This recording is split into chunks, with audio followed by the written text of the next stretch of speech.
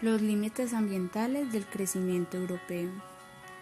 Europa entra de nuevo en una inevitable bancarrota, dado que se da la pirámide de la desigualdad, donde las nuevas clases en ascenso cerraron sus filas tan pronto como se sintieron seguras en el dominio del poder municipal. La prosperidad de la época no se repartía favorablemente entre todos. Esta fue la acumulación que permitió el surgimiento del capitalismo que se constituye lentamente desde el Renacimiento. Las causas de esta bancarrota, desde un punto de vista ambiental, se deben a los límites materiales de la producción agraria, ya que las nuevas tierras conquistadas eran de inferior calidad y muchas veces tenían que ser abandonadas. Los abonos no eran suficientes, la tierra empezó a cansarse y disminuyó la producción agraria. Estas circunstancias llevaron al colapso momentáneo que sufrió este primer intento de organización de un capitalismo comercial. El hombre del siglo XIV.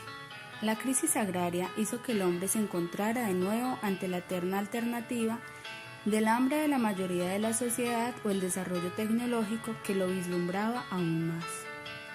También se ha amenazado el sector industrial dado el temor de la superproducción que incita a controlar la difusión de nuevas tecnologías.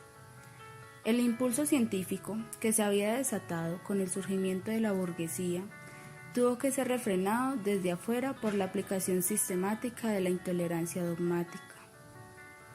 Aparecen las primeras condenas a las nuevas doctrinas que ponían en peligro la férrea arquitectura de la moral y el dogma cristiano.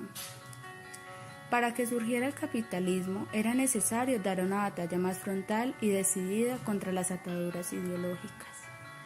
La regresión refrenó por breve tiempo el avance científico que hubiese alentado nuevos descubrimientos tecnológicos para superar esta crisis. Suceden las revueltas campesinas, con una virulencia que no se observaba desde el periodo de las grandes revueltas de esclavos durante el Imperio Romano. Florencia reduce su producción de telas en un 50%.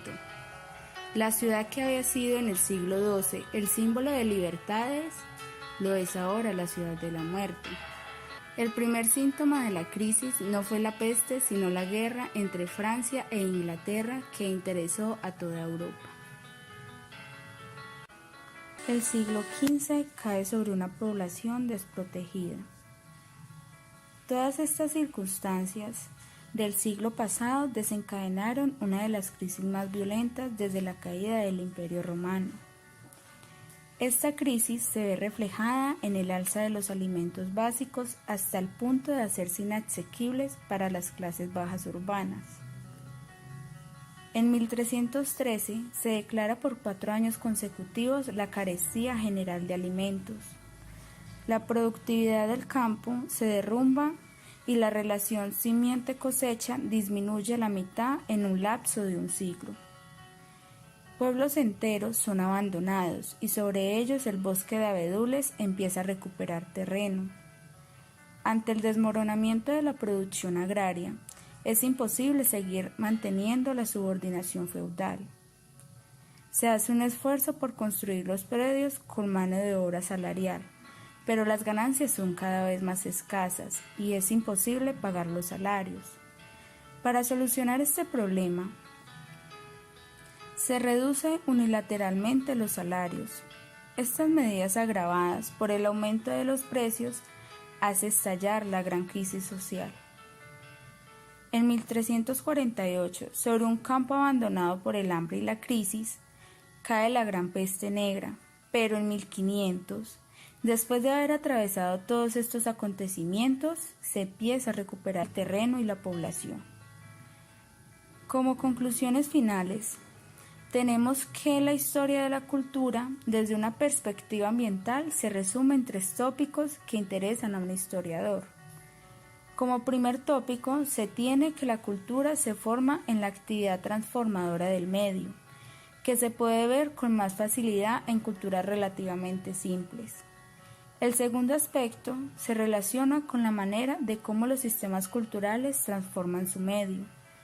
Un ejemplo de ello son las tribus cazadoras. Son quizás responsables de la disminución e incluso la extinción de muchas especies. El tercer aspecto del método ambiental, que trata de medir la violencia de los impactos ambientales en las transformaciones de los sistemas culturales que no se adaptan solo por medio de herramientas materiales, sino también por medios de organizaciones sociales y formaciones simbólicas como estrategias adaptativas o desadaptativas.